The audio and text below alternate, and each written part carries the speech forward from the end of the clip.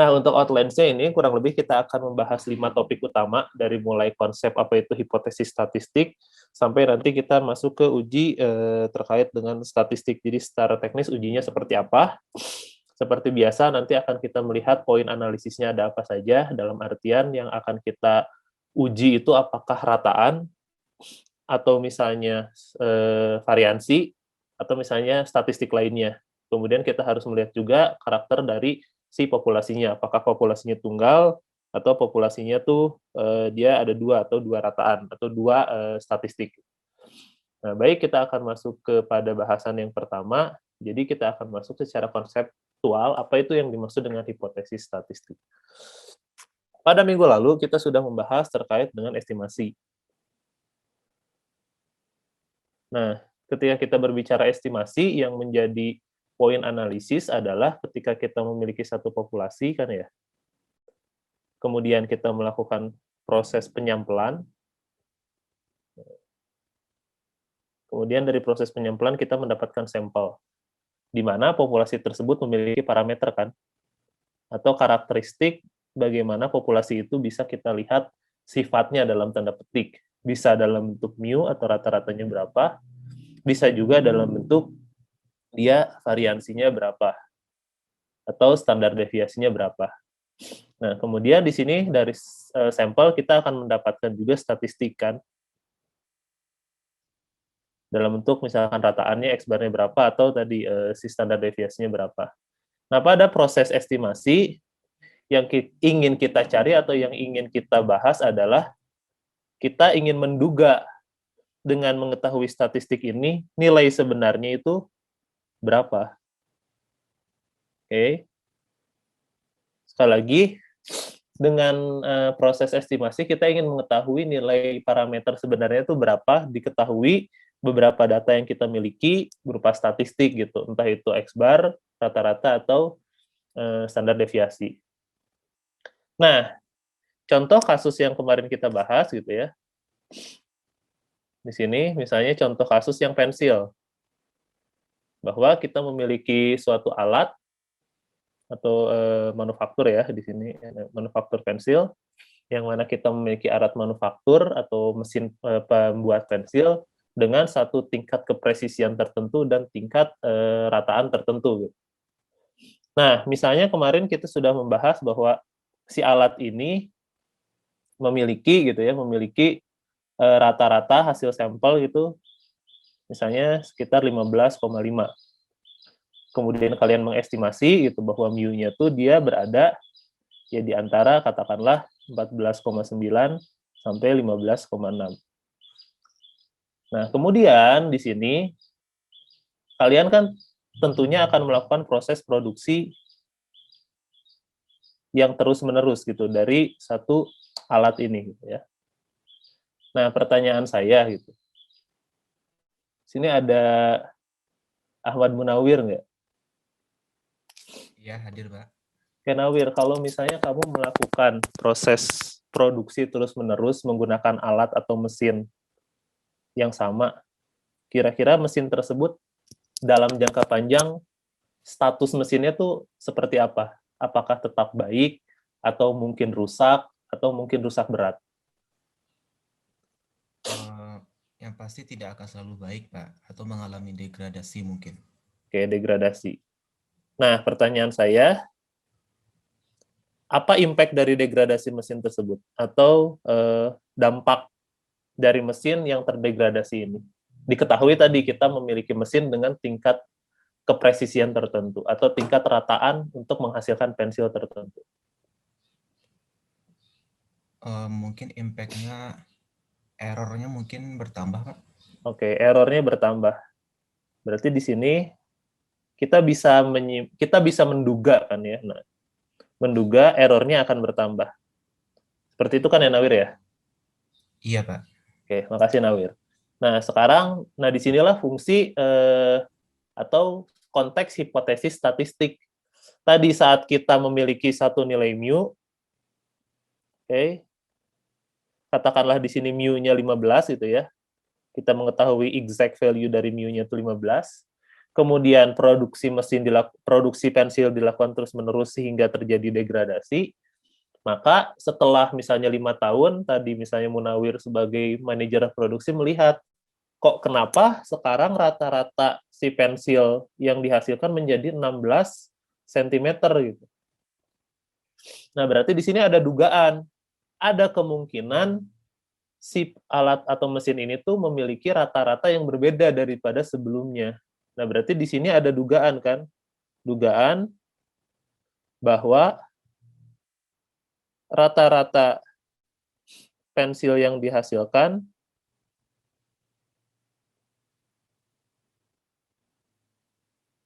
sudah tidak sama dengan 15 lagi. Nah, proses untuk membuktikan dugaan ini,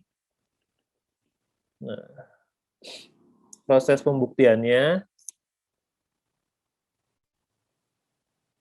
disebut hipotesis statistik atau proses penarikan kesimpulan berdasarkan hipotesis tersebut. Nah, jadi dalam 3 minggu ini kita akan melakukan proses pendugaan dari suatu alternatif hipotesis dan membuktikannya apakah dugaan kita itu benar atau salah. Kurang lebih seperti itu. Jadi yang akan kita lakukan dalam 3 minggu ini adalah melakukan proses pembuktian. Sehingga tadi konsep utamanya di sini adalah kita memerlukan suatu prosedur pengambilan keputusan, nah di sini bisa dilihat, berbasiskan data untuk mengambil kesimpulan dari suatu sistem. Kesimpulannya seperti apa? Tadi kita memiliki suatu dugaan, jadi awalnya dari suatu dugaan. Kalau misalnya estimasi, kita ingin mengetahui titik parameternya di mana, kalau di sini kita sudah memiliki dugaan awal. Oh, mu-nya berapa? Oh, standar deviasinya berapa? Terus kita menduga kayaknya standar deviasinya tidak segitu deh gitu. Atau sepertinya rata-ratanya tuh lebih besar daripada yang kita pikir rata-ratanya demikian gitu. Seperti tadi pada kasus si pensil ini gitu. Bisa jadi rata-rata awalnya memang 15, tapi setelah dilakukan proses terus-menerus, terjadi mungkin kerusakan, kalian menduga sepertinya rata-rata si pensilnya tuh udah tidak 15 lagi gitu. Seperti itu. Nah, itu contoh yang pertama. Contoh yang kedua juga mungkin bisa dalam bentuk eksperimentasi gitu. Misalnya di sini ada peneliti medis yang ingin mencari bukti bahwa dengan meminum kopi akan meningkatkan resiko terkena kanker misalnya. Nah, berarti di sini ada dugaan bahwa dugaannya adalah apabila seseorang meminum kopi, dia akan meningkatkan risiko kanker. Berarti kondisi sekarang atau kondisi konsep masyarakat yang ada gitu ya, pemahaman masyarakat bahwa kopi itu tidak meningkatkan risiko kanker. Dan selanjutnya tadi kalau masalah kalian sebagai anak teknik industri ya kita akan berbicara masalah entah itu dari sisi manufaktur, entah itu dari sisi jasa, seperti minggu lalu kita membahas si cepat dan GNA gitu. Rata-ratanya 15. Nah, sekarang kita menduga mungkin tidak 15 gitu, tapi 16 atau 17 jam untuk rata-rata istilahnya itu kecepatan dalam mengirimkan barang. Nah, dugaan-dugaan tersebutlah yang disebut dengan hipotesis statistik yang ingin kita buktikan. Dugaannya benar atau salah gitu. Kurang lebih seperti itu. Nah, sekarang bagaimana kita melakukan pengambilan keputusan yang mencakup tadi dugaan yang ada. Nah, prosedurnya adalah di sini kita memiliki kan berarti dua hipotesis. Hipotesis awal dan hipotesis tandingan. Atau di sini mencakup ada kemungkinan yang benar itu terjadi dan kemungkinan dengan kesimpulan yang salah. Maksudnya apa? Contoh, di sini kita menduga, sekali lagi kita menduga ada suatu populasi memiliki proporsi cacat 0,1 pada kejadian binomial. Jadi maksudnya proporsi cacat 0,1 berarti setiap 10 barang yang kalian ambil, ya rata-rata ada satu barang yang cacat gitu ya. Nah, berarti di sini ketika kalian melakukan proses penyampelan, nah apabila kalian mengambil 100, dan ditemukan 12, pertanyaan saya, oke, ke Fisha. Fisha ada nggak? Ada, Pak. Oke, sekali lagi Fisha, kita punya populasi. Populasi ini memiliki parameter tingkat kecacatan sebesar 0,1 atau 10%. Kalau misalnya kamu mengambil sampel sebanyak 100, kemudian ditemukan cacatnya 12, kira-kira kamu bisa menyimpulkan nilai P sama dengan 0,1 ini benar atau salah tidak? Enggak, Pak, karena ternyata lebih dari 0,1 itu. Oke, ternyata lebih gitu ya. Nah, ini yang pertama bisa bilang ternyata lebih. Nah, tapi ini kan 0,1 tuh, P0,1 tuh dia konsepnya parameter kan ya. Parameter itu dia nilai dari apa, Fisha? Nilai dari populasi kan ya? Betul? Iya. Nah, sekarang pertanyaan saya, kalau misalnya kamu melakukan proses penyampelan, oke, apakah ketika kamu mengambil 100, akan benar-benar mendapatkan 10 yang cacat? Oh, enggak sih. Harusnya enggak kalau nyampel. Ya, nah ini juga sama ketika pada kasus ini kamu melakukan penyampelan, yang kamu dapatkan cacat itu 12. Tapi 12 ini tuh kira-kira dekat nggak dengan 10? Masih dekat. Masih dekat, berarti bisa disimpulkan atau kamu bisa menyimpulkan bahwa proporsi 0,1 benar nggak kira-kira? Masih bisa. Tapi Masih kayaknya bisa. Tapi kayaknya apa? Tadi sorry. Mungkin kayak harus ada interval gitu sih, Pak. Maksudnya Harus kayak diuji dulu lah intinya ya. iya. 12 oke lah gitu. Tapi ini yang saya ingin tekankan buat Visa dan semuanya tadi, kita melakukan proses penyampelan. Dan proses penyampelan ini ya tentunya harus kemarin tuh apa? Harus random dan juga harus independen kan gitu. Iya. Yang mana kerandoman independen ini juga kadang-kadang ya ada aja salahnya kan gitu. Maka dari 100 untuk mendapatkan exactly 10 cacat itu mungkin, tapi probabilitasnya kecil apa rendah bisa? Gimana Pak tadi probabilitas mendapatkan 10? Ya, tadi kan kamu melakukan penyampelan sebanyak 100 kan ya? Iya. Dan dengan proporsi P sama dengan 0,1, ya secara teoritis kamu akan harusnya mendapatkan 10 kan ya? Tapi secara praktek gitu, exactly dapat 10 tuh mungkin kan? Tapi probabilitasnya rendah apa tinggi? Nah, pertanyaan saya itu. Tinggi, tapi nggak 100%. Tinggi tapi nggak 100%, berarti ada aja kemungkinan bahwa kamu tidak akan mendapatkan nilai 10. 9 bisa, 11 bisa, 12 juga bisa. Benar kan ya? Oke, makasih Visa. Nah, sehingga di sini statement-nya adalah sehingga kalian bisa memiliki cukup alasan untuk tidak membantah. Nah, lihat ini kuncinya, cukup alasan untuk tidak membantah dugaan. Jadi dugaan kalian bahwa proporsi populasi itu benar-benar 10% itu tidak dibantah. Kenapa? Karena nilai 10 tuh alasannya cukup. Nah, beda ceritanya, lihat di sini beda ceritanya jika yang ditemukan adalah 20. Maka kalau yang ditemukannya 20 mungkin atau enggak? Nah, pertanyaan kan di sini mungkin atau tidak gitu kan? Nah, pertanyaannya kalau mungkin ya mungkin aja gitu. Kenapa? Karena ya tadi bisa jadi ketika kalian mengambil 100 sampel, kebetulan aja gitu dalam satu kali sekian percobaan gitu kalian mengambil 20 yang cacat. Tapi probabilitasnya sangat-sangat rendah. Kurang lebih seperti itu.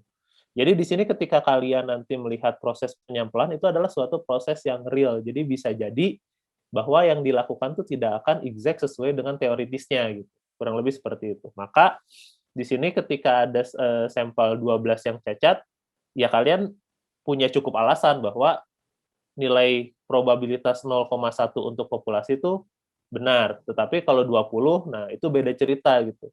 Mungkin saja data kalian tidak cukup atau di sini bisa disebutkan bahwa kalian punya cukup alasan untuk membantah dugaannya. Kurang lebih seperti itu. Oke, saya lanjutkan dulu.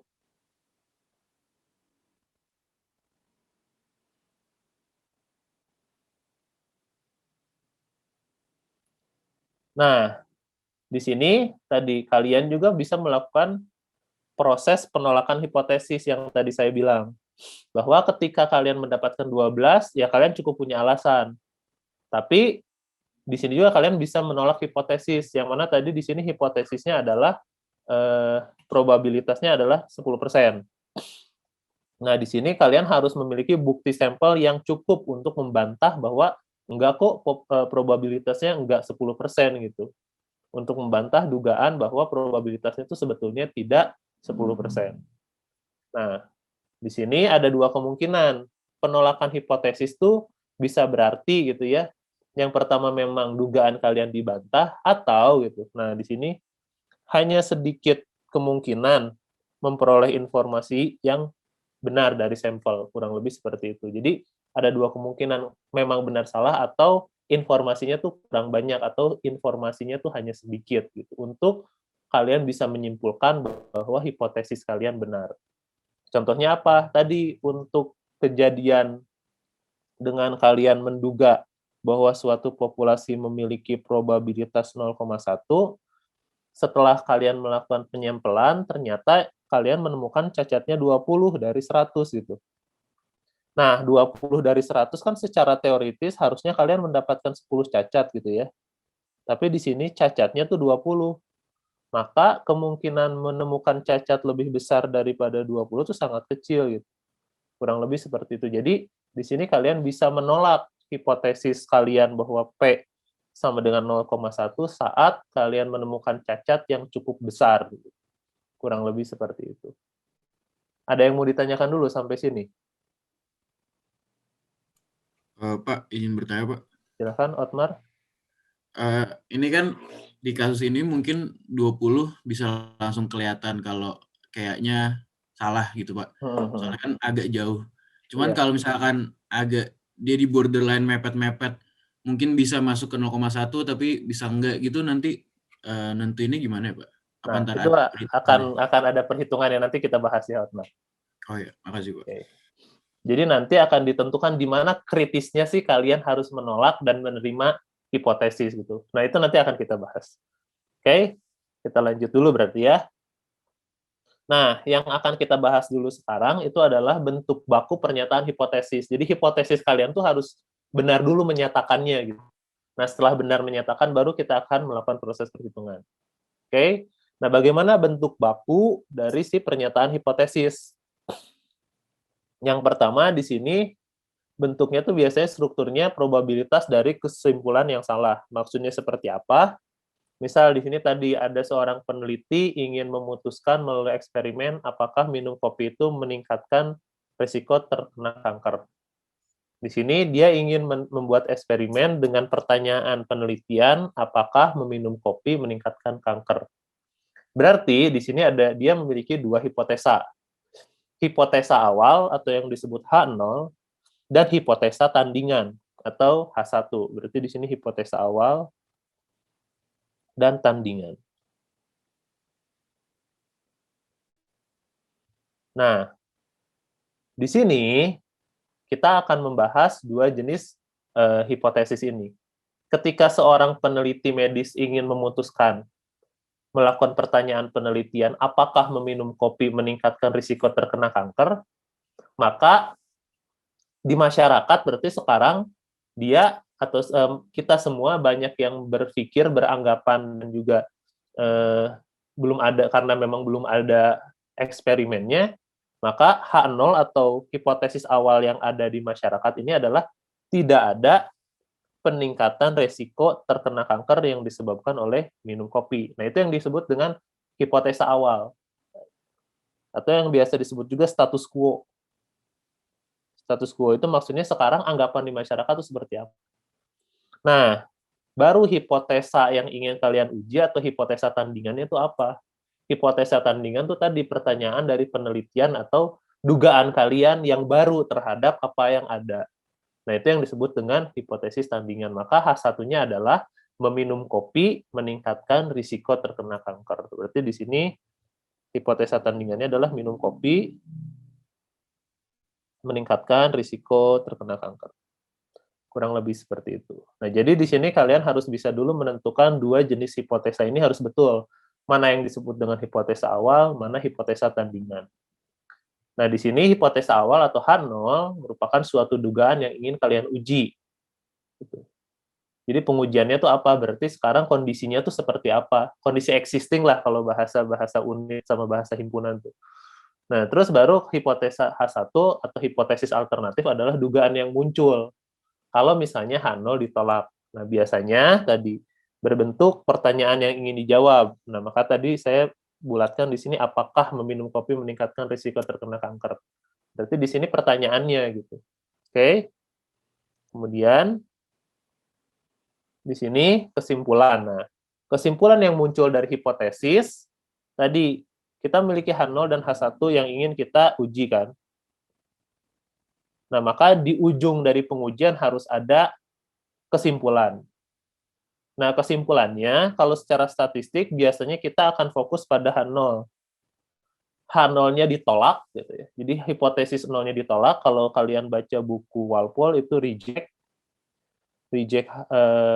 hipotesa 0, berarti di sini mendukung H1, atau H1-nya itu bisa dikatakan benar, karena memiliki bukti yang cukup dari data. Atau berarti kesimpulan yang kedua, kalian tidak menolak H0 atau gagal menolak H0. Atau bahasa di Walpole atau do not reject gitu ya.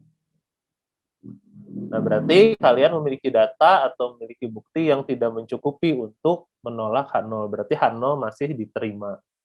Nah, bahasanya tuh di sini tolak dan gagal menolak. Jadi bukan tolak dan menerima. Nah, itu sebetulnya bahasa statistik saja, bahwa ketika kalian menolak H0, berarti H0 itu dia belum tentu H0 itu tuh tidak benar gitu. Maka di sini mendukung alternatifnya. Tapi ketika kalian gagal menolak H0, nah bukan berarti diterima dalam tanda petik. Jadi di sini kalian tuh hanya memiliki bukti yang tidak mencukupi aja untuk kalian menolak H0 gitu. Karena kan nanti akan kita bahas bahwa setiap hipotesa ini tuh memiliki ada kemungkinan kesalahannya gitu. Nah, tapi di sini makanya banyak buku bahasanya itu adalah reject sama do not reject gitu. Bukan reject dan accept gitu. Jadi bahasanya tuh lebih ke sana. Nah, contoh dalam penentuan hipotesa 0 dan hipotesis alternatif. Nah, tadi kita kembali lagi kepada kasus proporsi cacat pada kejadian binomial.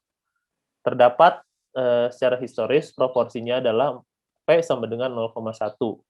Itu sudah tidak tepat lagi, berarti dugaannya mungkin P sudah melebihi 0,1. Nah, sehingga secara matematis kalian bisa menuliskan bahwa H0 atau dugaan awal, jadi dugaan awalnya itu yang status quo-nya P sama dengan 0,1, dan dugaan tandingannya adalah P lebih besar dari 0,1. Nah, penentuan hipotesa ini harus benar karena nanti akan berpengaruh pada perhitungan dan juga menghitung tadi yang ditanyakan oleh Otmar. Di mana sih titik kritis kita harus menolak dan menerima. Oke. Nah, misal ya di sini sekali lagi misal kita memiliki ketelitian tertentu bahwa jika ditemukan 12 cacat dari 200 kita gagal menolak H0. Berarti H0 di sini diterima, berarti P di sini kesimpulannya tuh P sama dengan 0,1. Oke, sekali lagi dengan ketelitian tertentu tuh tadi yang ditanyakan Otmar, bahwa kita punya satu titik kritis, kalau ditemukan 12 tuh nggak masalah, kita gagal menolak H0. Alias, dugaannya masih tetap seperti yang ada sekarang. Tapi, gitu, kalau misalnya kita mendapatkan cacatnya sama dengan 20, maka kita harus menolak H0. Maka kesimpulannya, H1 sama dengan P lebih besar daripada 0,1, atau kita mendukung alternatif tandingan. Nah, yang dimaksud dengan ketelitian tertentu itu tadi, kita menolak atau gagal menolak gitu ya. H0-nya tuh di mana gitu. Baik, kuliah hari ini telah selesai. Kita akan bertemu pada segmen selanjutnya. Saya mengharapkan semua yang telah disampaikan pada segmen kali ini bisa kembali direview dan pekerjaan-pekerjaan yang bersifat tugas atau latihan soal bisa kembali dikerjakan untuk memperdalam dari sisi pemahaman materi dari saudara sekalian.